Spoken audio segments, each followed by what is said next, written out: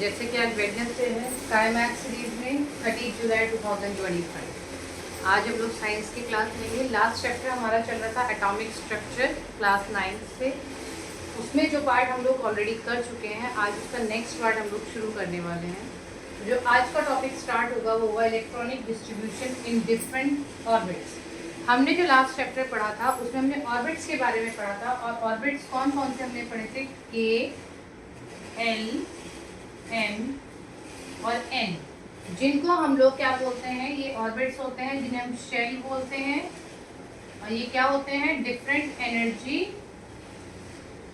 Level. एक atom में different energy levels होते हैं जिन्हें हम के, एल, एम, एन से डिनोट करते हैं। के हमारा फर्स्ट नंबर पे होता है, एल हमारा सेकंड नंबर पे, एम हमारा थर्ड नंबर पे और एन हमारा फोर्थ नंबर पे।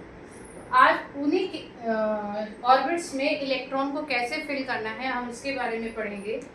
तो ये जो डिस्ट्रीब्यूशन था, ये जो समझाया गया था डिस्ट्रीब्यूशन, ये हमें दिया था बोहर एंड बरी। किसने दिया था? बोहर एंड बरी साइंटिस्ट थे। उन्होंने हमें समझाया था कि इन डिफरेंट चार्ज शेल्स में इलेक्ट्रॉन का डिस्ट्रीब्यूशन कैसे करना है। उन्होंने कुछ रूल्स बताए थे हमें, उन रूल्स के बारे में पढ़ेंगे। Rules for writing number of electron in different energy level, that is shell. तो रूल क्या था, जो मैक्सिमम नंबर ऑफ इलेक्ट्रॉन किसी शेल में आ सकते हैं, वो उसके लिए हमने एक फॉर्मूला दिया था, मैक्सिमम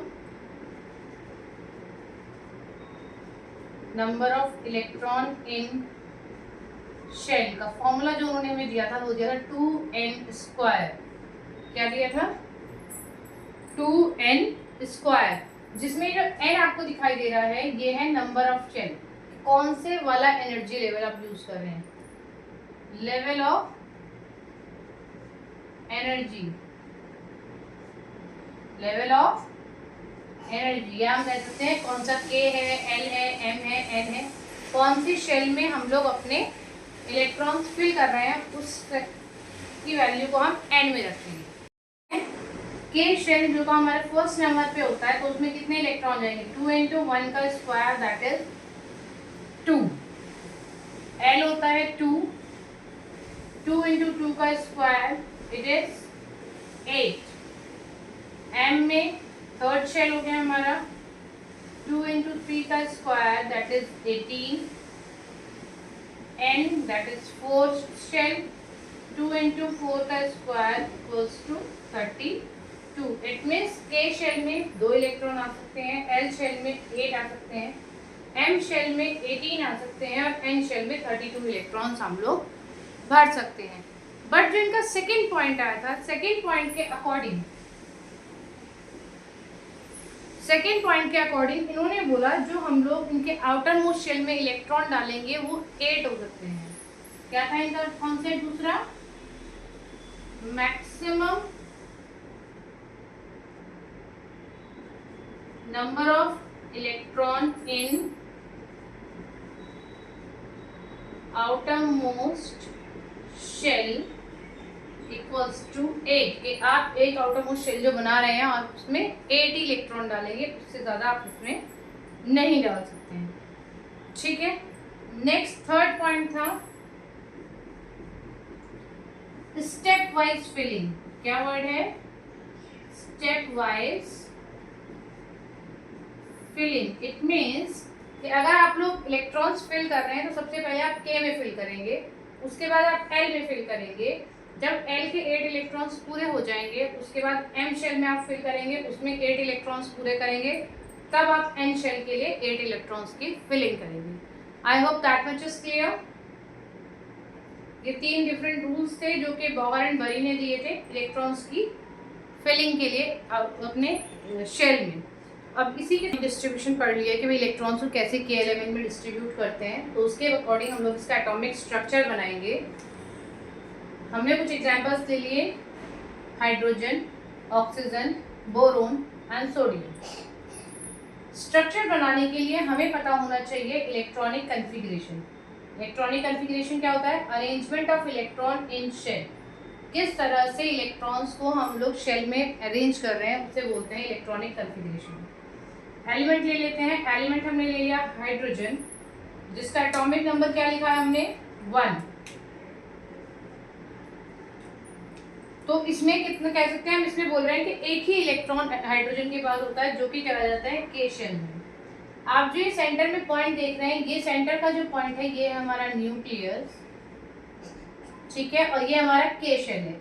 इन्होंने बोला के शेल में एक इलेक्ट्रॉन आएगा, तो हमारी फिलिंग यहाँ पर होगी। नेक्स्ट है बोरोन, उसमें 4 एटॉमिक नंबर है, इट मींस 4 इलेक्ट्रॉन है, तो फिलिंग होगी 2 और फिर 2। के शेल में 2 से ज्यादा नहीं आ सकते हैं, इसकी लिमिट है ये। तो 2 आ गए इस शेल में और 2 आ गए हैं हमारे एल शेल में, ठीक है। नेक्स्ट हम ले लेते हैं ऑक्सीजन, उसका एटॉमिक नंबर 8 होता है, मतलब 8 इलेक्ट्रॉन्स हो गए, तो 2 और 6, तो कितने फिलिंग होगी, 2 इलेक्ट्रॉन्स के में भरेंगे, इससे ऊपर नहीं भर सकते हैं। और एल शेल में 1 2 3 4 5 6, ये हमारी फिलिंग हो गई है यहाँ पे ऑक्सीजन की। के शेल में 2 हो गए हैं और एल शेल में 6 हो गए हैं। नेक्स्ट हम लोग ले लेते हैं सोडियम। सोडियम का एटॉमिक नंबर होता है 11, 2, एल में 8 आ गए और एम में पहुंच गया है 1, ठीक है। 281 का प्लस का क्या है 11, मतलब हमने 11 इलेक्ट्रॉन्स फिल कर दिए। सोडियम की फिलिंग करेंगे 1 2, के शेल पूरा हो गया है। एल शेल में 1 2 3 4 5 6 7 8 पूरा हो गया और बचा एक इलेक्ट्रॉन ये। इस तरह से हम लोग एटॉमिक स्ट्रक्चर बनाते हैं, इलेक्ट्रॉनिक कन्फिग्रेशन करते हैं। मैं इलेक्ट्रॉनिक कन्फिग्रेशन की पहले 20 एलिमेंट्स की एक लिस्ट है, वो आपके वीडियो में ऐड कर दूंगी, आप उसको देखिएगा और वहाँ से समझिएगा और नोट डाउन कीजिएगा, बहुत इंपॉर्टेंट है। और सभी के एटॉमिक स्ट्रक्चर अपने आप बनाकर देखिएगा, ठीक है। चलिए अब आगे चलते हैं। एक आता है वो है वैलेंसी। ये अगर आप हमारे YouTube चैनल पे विजिट करते हैं तो आपको एक शॉर्ट वीडियो में हमने ऑलरेडी वैलेंसी समझाया हुआ है, बट स्टिल मैं आज थोड़ा सा दोबारा से रिवाइज कराती हूँ। जो हमारा एटम होता है उसका जब स्ट्रक्चर बनाते हैं तो उसका आउटर मोस्ट शेल होता है, आउटर मोस्ट शेल को हम बोलते हैं वैलेंस शेल। क्या बोलते हैं उसको, वैलेंस शेल बोलते हैं। And the electron in outer most shell, वो इलेक्ट्रॉन जो आउटर मोस्ट शेल में प्रेजेंट होते हैं उन्हें बोलते हैं हम लोग वैलेंस इलेक्ट्रॉन। क्या बोलते हैं, वैलेंस इलेक्ट्रॉन बोलते हैं, ठीक है। जब हम लोग फिलिंग करते हैं इलेक्ट्रॉन्स की तो एक टाइम ऐसा भी आता है कि आउटर मोस्ट शेल में 8 इलेक्ट्रॉन्स हो जाते हैं, ठीक है। आउटर मोस्ट शेल में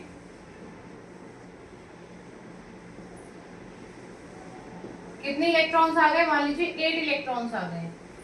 ये केस ऐसा है जिसमें जिस भी एलिमेंट में आउटर मोस्ट शेल के 8 इलेक्ट्रॉन्स होंगे, इट मींस वो लिटिल एक्टिव हुआ। लिटिल एक्टिव बोल सकते हैं या कंप्लीटली इनर्ट बोल सकते हैं उसको। इनर्ट मतलब वो कोई भी रिएक्शन नहीं दिखाएगा, वो बहुत स्टेबल होता है। ये एलिमेंट्स जिनमें 8 इलेक्ट्रॉन्स होते हैं आउटर मोस्ट शेल में, वो एलिमेंट्स वो वाले जिनमें 8 इलेक्ट्रॉन होते हैं आउटर मोस्ट शेल में, वो स्टेबल होते हैं, ठीक है। और इन एलिमेंट्स को जो नाम दिया गया है उन्हें नाम दिया गया है इनर्ट गैस। क्या नाम दिया गया है उन्हें, इनर्ट गैस उन्हें नाम दिया गया है। और इनर्ट गैस में सबसे पहली आती है हीलियम। सिर्फ यही इनर्ट गैस है जिसमें सिर्फ 2 इलेक्ट्रॉन होते हैं, वैलेंस इलेक्ट्रॉन होते हैं, 2 वैलेंस इलेक्ट्रॉन होते हैं। बाकी सभी इनर्ट गैसेस में 8 वैलेंस इलेक्ट्रॉन होते हैं। तो अगर आप क्वेश्चन आ जाए give an exception in which inert gas do not have octet, then that answer is helium. एक एक्सेप्शन बताइए इनर्ट गैस की जिसमें ऑक्टेट नहीं होता, तो आंसर होगा हीलियम, क्योंकि इसमें क्या होता है, डिप्लेट होता है। आई होप इतना क्लियर हो गया होगा। आउटर मोस्ट शेल में 8 इलेक्ट्रॉन्स तो लिटिल एक्टिव होते हैं, इन्हें इनर्ट बोलते हैं, रिएक्शन नहीं दिखाते। ये एलिमेंट स्टेबल होते हैं, इनको नाम दिया जाता है इनर्ट गैस। और सिर्फ एक हीलियम ही इनर्ट एक ऐसी गैस है जिसमें 2 इलेक्ट्रॉन होते हैं, बाकी सभी में 8 वैलेंस इलेक्ट्रॉन्स होते हैं। अब हर कोई जानता है कि भाई हर कोई इंसान भी है, कोई भी है, अपनी लाइफ में स्टेबल होना चाहता है। इसी तरह से all elements atom wants to be stable,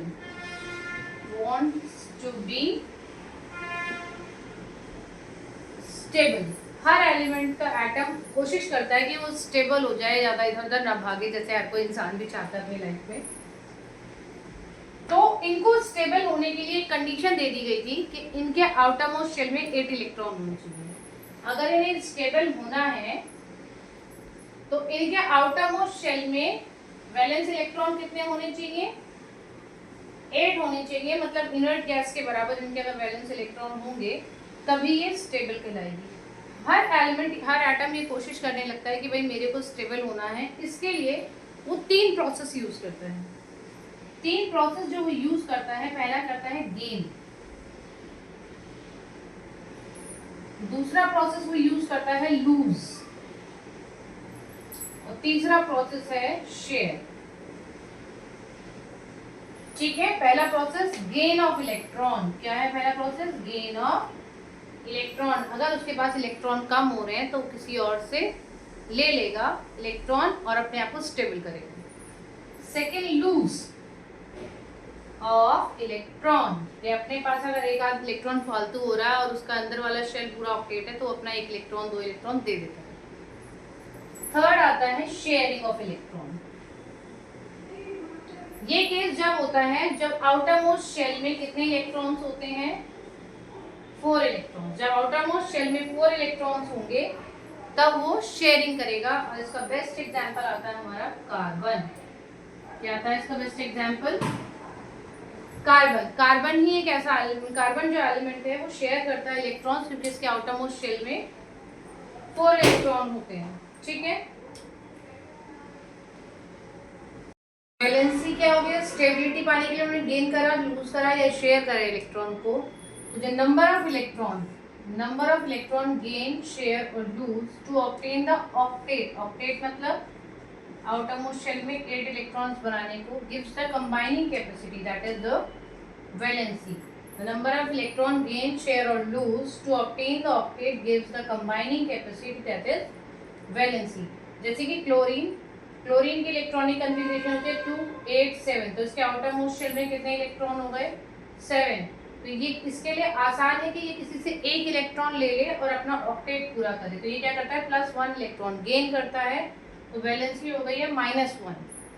aluminium 283, इसके आउटर मोस्ट शेल में कितने इलेक्ट्रॉन्स है? 3 इलेक्ट्रॉन्स है। तो अपने आप को 8 बनाने के लिए क्या करेगा?